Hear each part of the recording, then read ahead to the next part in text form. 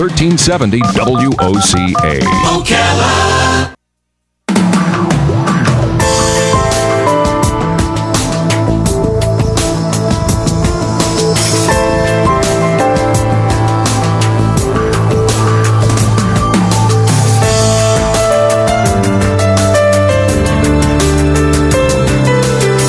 All right, 25 minutes before 10 o'clock. Thank you for tuning in. Beautiful Friday. Hope you're doing well. Lots of stuff to do, not only today, but tomorrow. Gosh, this is the month where there's a lot of activities happening around.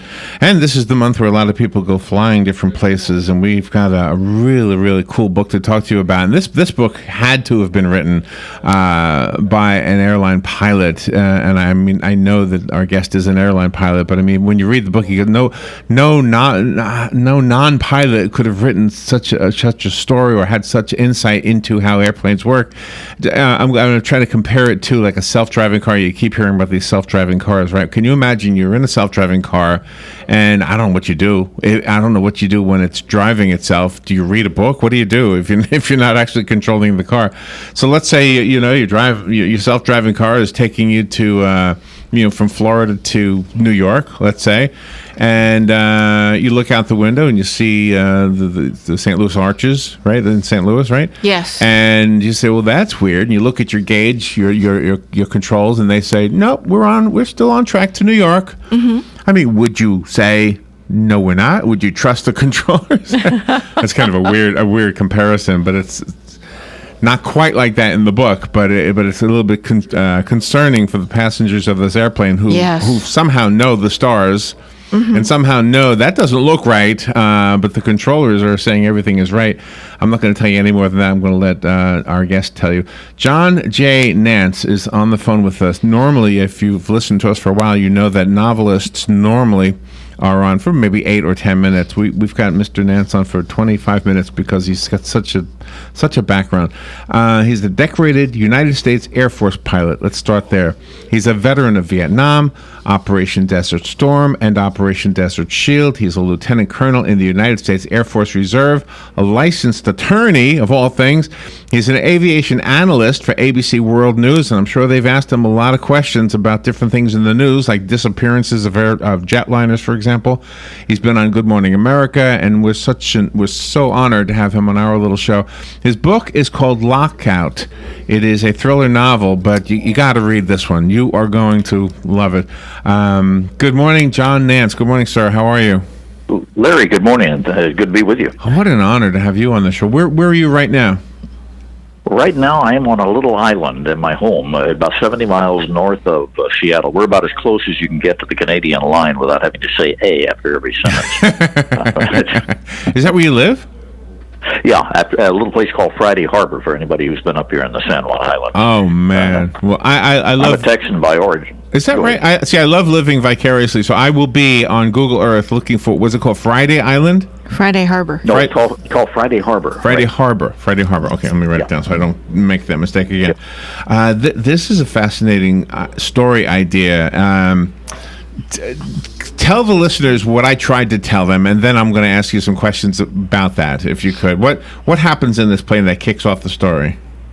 Okay, yeah, basically we've got an Airbus A330, which is a twin-engine jumbo jet, on a routine flight, Tel Aviv to New York. It's an American airline called Pangea. And in the middle of the night, when it's dark outside, they're in clouds, 35,000 feet, the airplane just turns around. It doesn't tell the pilots it's doing it. It's very subtle. As a matter of fact, the instrumentation still tells them they're headed westbound, but they're now going back east, headed straight for the Middle East, which is one of the most volatile pieces of airspace in the world. Yes. And as they progress along, suddenly they're intercepted by a couple of fighters out of England who basically say, follow us.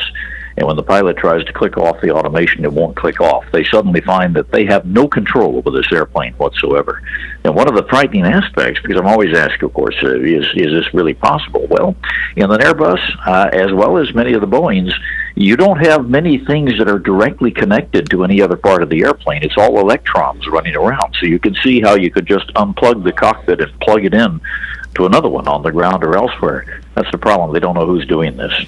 Wow. Okay. So many questions. Is this possibly an explanation to what may have happened to planes that have been in the news? Not yet, but we're getting close. In other words, we've got all the automation in place. What we don't have is the ability to fly an airplane remotely like a drone in the commercial world. Now, certainly in the military world, we do. We've got Global Hawk, for instance, which is a very large airplane in the Air Force, and for over 10 years, those things have launched, flown all the way, halfway around the world, done their mission, and flown back. And part of that is under active control. Part of it is just pre-programmed. But we've got the ability to put a cockpit on the ground and by telemetry control an airplane in the air. It's just that it's not. We're not anywhere near being able to do that safely with an airliner. Okay, so the Malaysian Airlines story isn't necessarily similar to this. No, I don't think so. As a matter of fact, I'm pretty sure the Malaysia 370 was a hijack, either by the captain or by another qualified pilot who slipped on at the last second. Nothing fits. Yeah, you must. I would love to have comment. I mean, that's why the networks have you on all the time. I'm sure is when anything comes up like this, we don't know. I mean, we're in broadcasting. What do we know? I mean, that's why we need people like you who can comment on this. Well, it's the same thing in medicine. As a matter of fact, I've had my nose under the medical tent for about 25 years trying to bring across the lessons of high reliability organizations, which is what we've become in aviation, to medicine, where we're still killing 440,000 patients a year unnecessarily in American hospitals from mistakes. But it's the same principles. We need a doctor when we're on the air talking about medicine, and you need a pilot occasionally, like myself. Right. The engineering is so sophisticated that everything would have had to have been overridden even by the tower's perspective. Yeah, when you're in a situation like they were when the airplane turned around, you're dealing with the need to go into what we call high-frequency radio or satellite radio and talking to the agency called Shanwick, which is in Ireland. They'll control what's called the NAT tracks, or the North Atlantic Track System. And I won't get into all that because some of it's in the book, but the basic idea is you're really on your own up there other than the partnership with air traffic control, and they expect you not to turn around in the middle of the night, and if you do, they certainly expect you to talk, but these guys can't even talk on the radio. We're in the book. We are in the cockpit, and we are kind of going through what the stress level is there, at least in much of the book. Developing those characters, those cockpit characters, was probably second nature to you because you are one of those characters. You've known them, right? That's true, but in this particular case, Larry, it was interesting.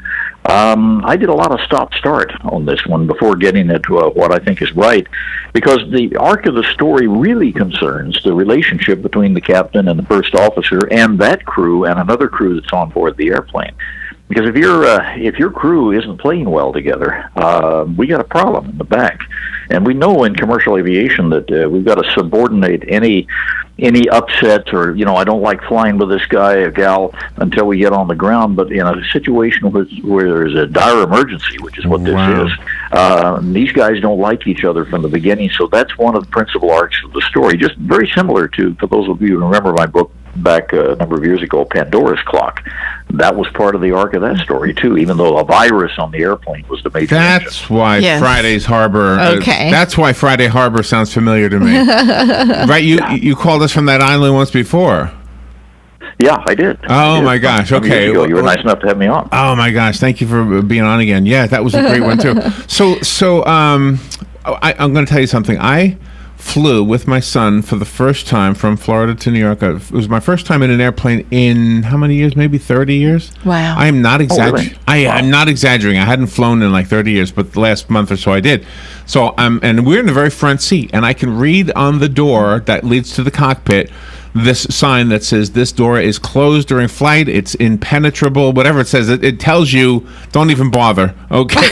Because you can't get through there. But what you're saying is, with technology, you don't need to physically be able to get through the door. You can get through there in a cyber way. That's part of what we're worried about. Even today, we've got certain aircraft being designed, more advanced versions of what's already out there, with entertainment systems that are a part of the major probably what I should say is part of the main aircraft computer system. Well, the danger in that is that if somebody gets into the entertainment system by plugging in someplace in the back when nobody's watching them, or by doing it through Wi-Fi, for instance, and they manage to penetrate that firewall, they could get control of the airplane. We're quite concerned about this, and as a matter of fact, the manufacturers are backing off on the degree to which they put these systems all in one lump. But the other problem is we've got satellite radio or satellite communications and telemetry, and it is remotely possible even now that someone could get in and hack into a flight computer and make the airplane do a few things. Whether or not you could get to the extent that this airplane goes, in other words, a complete hijack electronically, I'm not sure, but certainly it is a very, very grave worry for the near future. Right. But you do have very fascinating characters as passengers. So you do have people that makes the reader think, well, maybe this guy's in on it. Yeah, well, that's one of the novelist parts of the story. That's the novelist. Yeah. When you construct these things, you're always putting these things. When we think of drones, I want to ask you a question about drones. We think of these little 4 or 5 propeller things. I have 2 questions in one, if you don't mind. Could a drone be built that could literally go as fast as a jet? And could it fool a jet's navigation system by having a strong magnet so that it points north, but it's not really north? Could that happen? I guess theoretically you could do something like that. It would take $100 million of development money, because you'd have to basically build a jet aircraft. And I don't know that would be anything that would be practical, but could you do it? Yes. You remember that line that Jeff Goldblum speaks in Jurassic Park, where he says, he's this weird scientist who looks like Elvis, and he says, just because you can do something doesn't mean you should. Yes, I love that line. Yeah, there's a lot of stuff that we can do, but it's either not practical monetarily or it's not practical for other reasons. Okay. But and that's why the target really is electronics these days, because it's a much easier way of getting an airplane to do what you want. Wow. There was an interesting segment in that movie Air Force One with Harrison Ford, where he was talking to the guys on the ground, and they told him to go underneath and cut a few wires to make the fuel go away. Could the airplane have been, recommanded by doing something to the wires, or are the electronics just so that there's all fail-safes involved? 30, 40 years ago, you could climb back down into the electronics bay of most airliners and recognize inputs and outputs and blinking boxes and things like that. Now there's so much computer integration, it's much more difficult. But this is the only thing that Captain Tollefson in my book and First Officer Hardeman have to work with. Is what's down there. They were able to get down into the E&E compartment. I'm not going to give any spoilers here, but basically it becomes a massive, massive battle to figure out, first of all, who's controlling us? What the heck happened? Is this active control or is it passive? In other words, is the airplane now programmed remotely, or is somebody actually sitting at a control? And then how in the world do we interdict all these electronics with the understanding that if you cut the wrong thing, you may be completely out of control? Let's take a little break. This is a fascinating story. John J. Nance is our guest. He's a New York Times bestselling author. He's the go-to guy for the networks when they need a specialist to talk about airplanes and jet situations. And the book is called Lockout, and he is calling from Friday Harbor, northwest of Seattle, you said, right? Yep. Seattle, right, Friday Harbor, Washington. Oh, my gosh. Okay. And I'm sure you flew there, right? Well, I live on an airstrip. I mean, this is just idyllic for a pilot. I can fly and taxi into my own driveway. Oh my God! Every time I take off, I look back over my shoulder and say, "I don't believe I'm living." Do you know this is like landing on my own aircraft carrier. We have a resident in this town who has a passenger-sized jet, and he has an airstrip at his home. Do you know who he is? Let's see. That would probably be John Travolta. Yes, it is. Very good. Ding, ding, ding. What kind of prize do we have for him? Now, let me take a little break. We'll be right back, John. Oh, my gosh. This is such a great story. By the way, the phone has been ringing, so I will take calls after the break. We'll be right back. Alrighty. The weather is brought to you by myfwc.com. Safe boating is no accidents. On this Friday, sunny to partly cloudy and not as warm as recent days with lower humidity. The high between 70 and 74, then mainly clear Friday night and cool, low 45 in the coldest inland spots to 58 on the coast. Saturday will be partly sunny with a high of 73 to 77. Sunday, some sunshine, high 76 to 80. From the Florida Weather Center, I'm meteorologist Joe Lundberg. Experience Christmas at Gaylord Palms, presented by Fujifilm Instax, November 18th through January 1st. Enjoy spectacular holiday decor, dining, and entertainment, including ice, with an all-new theme featuring a Charlie Brown Christmas, Cirque Dreams Unwrapped stage show, breakfast with Charlie Brown and friends, Alpine Rush snow tubing, and much more. It's everything Christmas in one extraordinary place. Tickets and overnight packages, including priority extra cool hour admission to ice, are on sale now at Christmas@GaylordPalms.com. Christmas time is here, and this holiday season, Gaylord Palms puts a brand new twist on a Christmas classic.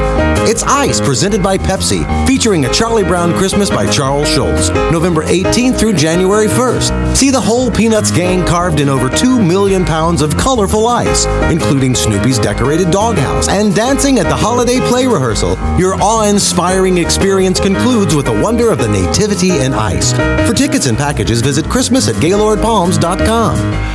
All right, 9 minutes before 10 o'clock. If you're looking for a good book to read, and I know a lot of you love these interviews with authors, you're going to love this one. The book is called Lockout. It's a thriller novel. John J. Nance is the author. If you didn't catch the beginning, let me just repeat.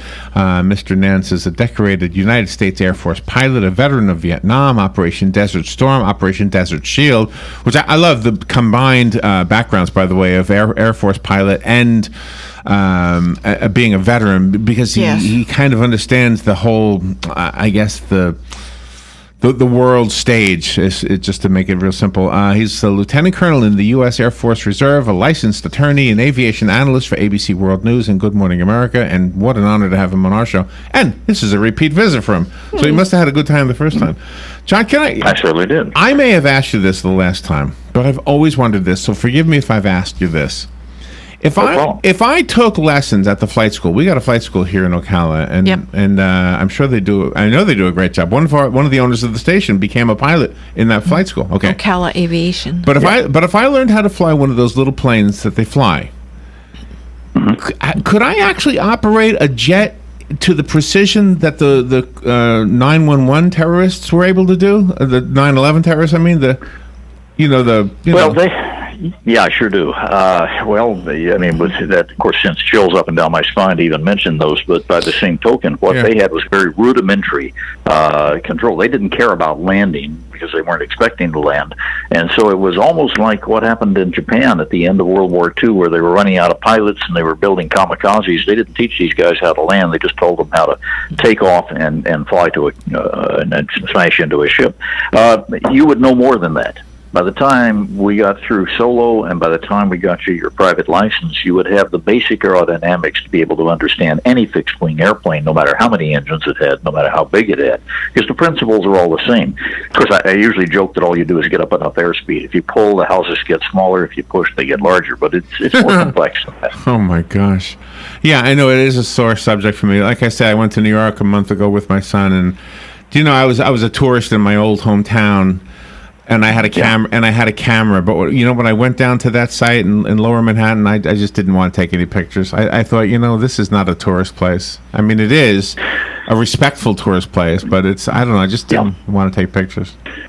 It's affected all of us, and it's the closest thing we've had to war on our own shore, and it's done several things, including completely and totally changed the psychology of passengers from passive to active. If anything happens on an airplane, right. I think that's right. And you've done an extensive amount of research in here because you bring in the Middle East, the war, Tel Aviv. I mean, it's very, very fascinating. It's interesting. About 15 years ago, I tried to get one of the books into some Middle Eastern involvement and did a lot of research. And the publishers were absolutely frightened. They didn't want anything to do with the Middle East. They didn't want me to mention it. And it was really consternating, almost the invertebrate type of response. There was no bravery at all. Now things have changed quite a bit. There's not much we can't talk about. And I've got a wonderful publisher. Matter of fact, you probably noticed the perfect name for somebody who writes about aviation, Wild Blue Press. Yes, I did notice that. Yes, Wild Blue, yes. And I'm looking at the books they've chosen to publish, and it looks like they're all good books, in addition to the ones you've written. Is this your second book, or is this your third, or how many have you done now? This is my 21st. 21st book. Oh, my gosh. 14th novel. Oh my gosh. Do you ever scare yourself when you're writing something like this? Because they are scenarios that can actually happen.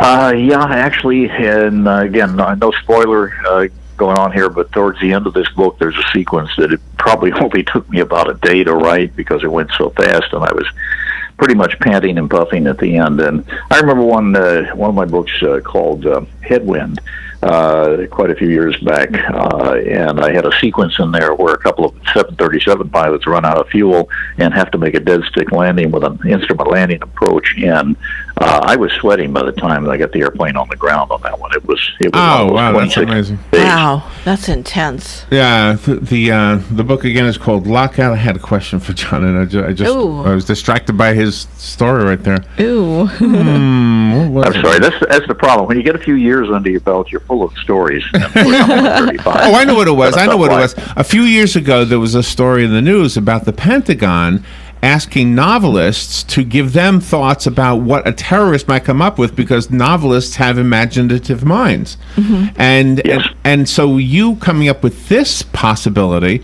do you think, because I don't know, I work behind a microphone. So the only thing I need to know how to do is turn on the microphone. So I don't have any background on any of this. But anyway, with that disclaimer said, it would seem to me that if this scenario could happen, that the airline designers would come up with a way to flip a switch or something to say, okay, back to the normal old-fashioned way of doing things. Yeah. Yeah, well, Larry, it's a very prescient thing you said, because we have not only as novelists, but a great need to stay ahead of our adversaries in the world by brainstorming what they could come up with. Yeah. And yes, novelists, just same thing in science. Sci-fi writers are actually way out ahead of the bow wave in so many different instances.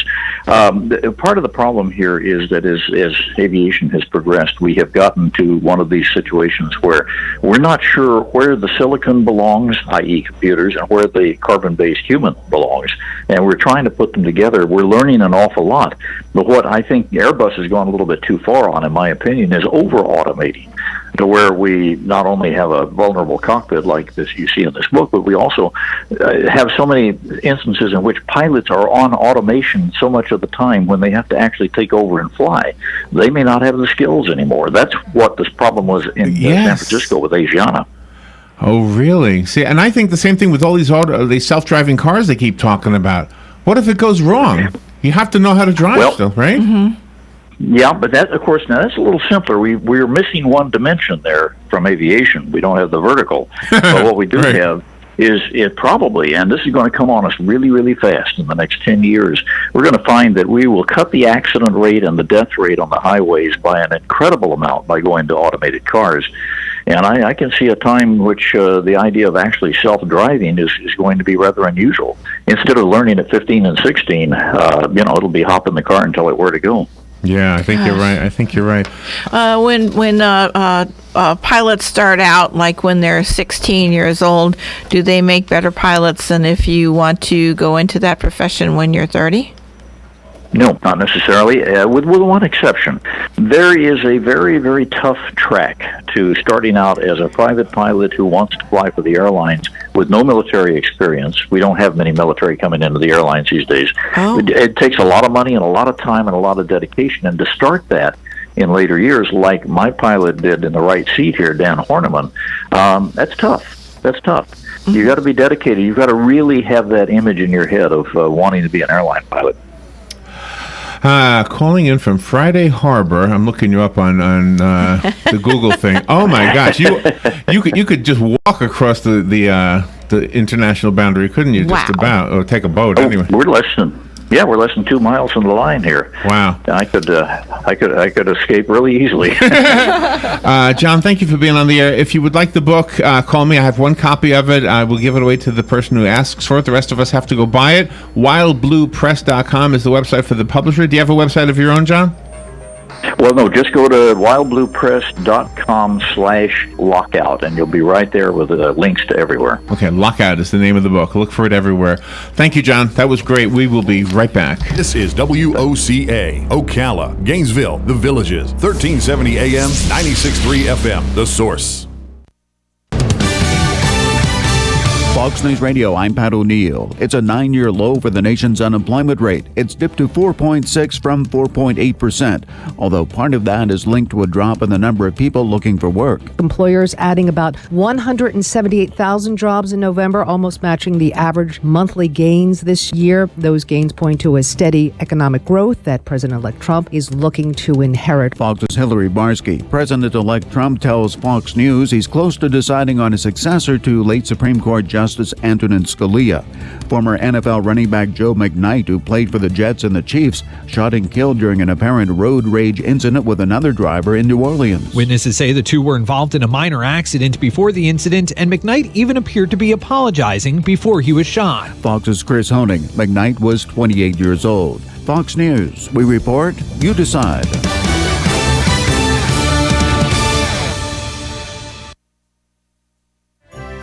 Holiday shopping can be a real hassle. As if dealing with the mall wasn't challenging enough, it's almost impossible to find something people both want and need. I'm David McNeil, owner of WeatherTech, and I have the perfect gift idea this holiday season: WeatherTech floor liners. WeatherTech floor liners are laser measured to perfectly fit and protect the vehicle's carpeting from spills as well as dirt, snow, slush, and salt. And the best part is,